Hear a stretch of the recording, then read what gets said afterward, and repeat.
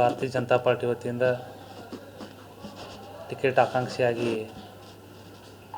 ಕೆಲವು ದಿನಗಳಿಂದ ನಾನು ಜಿಲ್ಲೆಯಾದ್ಯಂತ ಓಡಾಟ ಮಾಡ್ತಾಯಿದ್ದೀನಿ. ನಮ್ಮ ಸಾಮಾನ್ಯ ಕುಟುಂಬ. ವಿದ್ಯಾರ್ಥಿ ಸಮಯದಲ್ಲೂ ವಿದ್ಯಾರ್ಥಿಗಳ ಸಮಸ್ಯೆಗಳಾಗಿರ್ಬೋದು, ಬಸ್ ಪಾಸ್ ಸಮಸ್ಯೆ ಆಗಲಿ,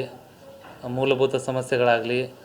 ಪ್ರತಿಭಟನೆ ಆಗಲಿ, ಈ ರೀತಿ ಆ ಸಮಸ್ಯೆಗಳಿಗೆ ಪರಿಹಾರ ಕೊಡುವಂಥ ಚಟುವಟಿಕೆಗಳಿಂದ ಅಲ್ಲಿಂದ ಇಲ್ಲಿವರೆಗೂ ನಿರಂತರವಾಗಿ ಯಾವುದೇ ಒಂದು ಚಟುವಟಿಕೆ ಆಗಲಿ, ಅಭಿವೃದ್ಧಿ ವಿಷಯದೊಳಗೆ ಮುಂದಿನ ದೃಷ್ಟಿಕೋನ ಯಾವ ಥರ ಇರಬೇಕು, ಈ ರೀತಿ ನಾನು ಹಲವಾರು ವಿಷಯಗಳನ್ನು ನಾನು ಈಗಾಗಲೇ ಸಂಗ್ರಹಿಸ್ಕೊಂಡು ಅದ್ರ ಜೊತೆಗೇ ನಾನು ಈ ರೀತಿ ಈ ಚುನಾವಣೆ ಒಳಗೆ ನಾನು ಭಾರತೀಯ ಜನತಾ ಪಾರ್ಟಿಗೆ ಬರಬೇಕು, ಇನ್ನು ಮುಂದೆ ಬಂದು ಈ ರೀತಿ ನಾನು